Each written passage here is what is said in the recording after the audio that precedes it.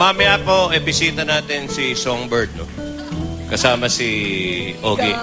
Ladies and gentlemen, the Piyak Bird of Asia. Lagi mo bang iniisip ang mami mo? Ano? Lagi mo iniisip ang mami mo? Oo naman. Alam mo kung ba't ko nasabi yun? Bakit? Ang pangalan ng nanay mo, ano? Ano? Pia. Lagyan mo ng K. Piyak. Piyak. Okay. Kaya pala doon ko pala nakuha. Hindi. Bihira kayo. Kasama sa act niya yun. Unahin natin yung tanong. Ito, may mga questions sa'yo, Maxine. Yes. Ito sa Twitter to at Facebook. May plano ka raw ba na gumawa? Ikaw mismo natawad sa tanong eh. Gumawa ng recording album. Sagutin mo. Actually, natatawa ako sa buong issue na to. Talagang ginawang big issue siya. Pero ayun, wala akong planong gumawa ng recording album. Pero ayun, syempre 'di ba, yung tatay ko talagang isa sa mga music legends of the Philippines. Nabanggit mo yung tatay mo, si Francis M. Francis, palagay mo, kung nanonood nung number mo nung nangyari yung ganon, si Francis, ano sa palagay mo sasabihin sa'yo pagkatapos? Well, alam kong pagtatawanan niya ako, but at the same time, ang sasabihin lang niya is, you know, ang nakuha ko talaga sa daddy ko is, no matter what happens, the show must go on. Hindi pwedeng, kasi nung kumanta ako, alam ko nang nagkamali ako eh. Tuloy-tuloy ko na lang. Hindi ka nagkamali, piyak yun eh. Oo. Nangyayari yun, break. Alam ko na, ganun talaga dapat yun. Go, go, go. Okay. The show must go on. Na-expect mo ba, Maxine, magte-trend dito worldwide? Hindi. Tapos ang dami pang tao na nagsasabi na gusto ko lang daw sumikat, sinadya ko daw yun.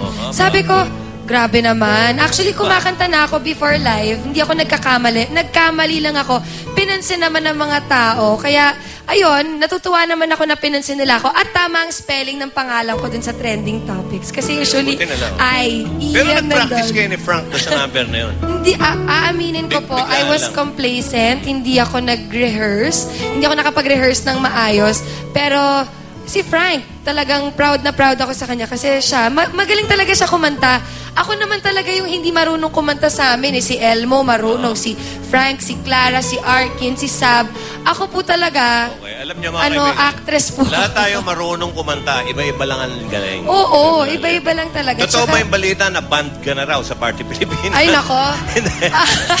Nako Hindi yun ang tanong, hindi ba ako talaga? Well, kung band ako sa Party Pilipinas, I wouldn't blame them. Okay na, sabihin mo ang sagot doon. Okay na, marami namang bands doon eh. Okay. Kakanta ka ba uli sa Party Pilipinas? Of course. Why not? Kung sabihin nila, ang dami nagtitweet sa akin. Gusto ko marinig yung studio, tao sa studio. Gusto nyo bang kumanta uli si Maxine? Kakanta ba ako? And actually, okay, aaminin ko, hindi po ako singer. I never said I was a singer. Pero, for the love of singing, kumakanta talaga ako para, you know, buhayan talaga ang music sa Pilipinas. Kaya, ayan, kung papakantayin ulit ako sa Party Pilipinas, why not? Okay. Hindi, diba? Nangyayari yun. Pero magaling talaga ako mag-rap. Yan, aaminin ko. Magaling ako. Kung yun ang mensahe mo na, dagdagan mo na yung mensahe mo sa mga kritiko mo. Dahil may mga asar talaga. Oo naman, marami talaga. Nilait ako mula ulo hanggang paa. 9 hours po ako nag-trend. Salamat. Syempre, there were also good comments, but mostly maraming bad. But at the same time, you know... Bigyan mo ako ng sample ng good. Good? Ano ba? Sabi nila, tuwang-tuwa sila, ang cute-cute ko daw. Totoo, nagmukha lang akong tanga. Hindi, pero tuwang-tuwa sila na I really had fun. I enjoyed. Aminin ko, nag-enjoy ako. Kung yung iba hindi nag-enjoy, yung iba natuwa, yung iba natawa, yung iba natuwa, basta lahat napasaya ko.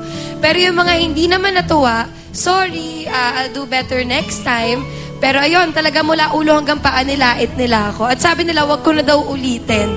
Pero no, uulitin ko at kakanta ulit ako sa Party Pilipinas. Yan yon, fighting spirit. Actually, abangan nyo uli bukas. May surprise number uli si Alam mo, malamang abangan pa niyan eh. Tingnan nyo. Hindi ko alam, hindi natin alam. Pero alam nyo, surprise yan. Kumanta na ako before ng live ng Kaleidoscope World. And kapag sa mga mall show, pumipiyok ako. Pag Kaleidoscope World, for some reason sa Party Pilipinas, siguro tinulungan ako ni Papa, hindi ako nagkamali. Nung Kaleidoscope World yung kinanta ko. Siyempre, hindi nila napansin yun. Pero nung nagkamali ako, pinansin nila. So, at least now, pwede ko i-redeem yung sarili ko at ipakita sa inyo na kaya ko. Yes. Okay, Maxine. Thank you, mga kaibigan, ang anak ni Kiko at ni Pia Magalona. Pia Magalona. Yan si Maxi. Yes, syempre gusto kong pasalamatan ng Star Talk for giving me this opportunity na ipagtanggol ko yung sarili ko. Thank you sa Star Talk. And gusto ko sabihin na, ayun, abangan nila marami akong upcoming shows sa GMA. Meron akong afternoon prime time. Talagang, diba? Hindi kantahan yan. Hindi na. Malay natin, magkaroon ako ng kanta-serye. Tapos, meron din akong weekend primetime show na ako yung magiging host. Actually, hosting talaga gustong-gusto ko. Ayun, magaling bata. Okay. Yes. Sige, Maxine, ha? So, pero yun. ito, wag mong palalampasin at kayo din, mga kaibigan. Ang T, the Tigback Authority, abangan nyo, promise, mawiwindang kayo. Okay? Mawiwindang kayo. Kayo. Okay. Thank you. Okay, mga kaibigan. Meron pa ba? May plug pa yan? Mamaya, makakasama natin sa TweetX ang cast ng Ikaw Lang Mamahalin. Sina Joshua Dionisio, Barbie Portesa, Joyce Ching para gumawa ng live fan. Ano yun? Fan signs. Yun ang tawag doon. At binanggit ko na kanina bago ko pinakilala si Maxine. Asia Songbird, Regine Velasquez, Magpapaturo Alcacid. ako kay Miss Regine. Ayan, itatapat sa 4 live. Aba, matindi ito. Pwede bang sampulan mo kami bago tayo mag-commercial? Ano? Yung kanta mo. Ano bang kakantahin ko? Tapos ipiyak mo na para malaman ko kung paano. Pare ko, meron akong problema. Oh, may problema talaga to. Huwag mo sabihin na naman. Kakanta na naman ako, huwag na. Ayoko na. Okay, magbabalik ang Start Talk TX.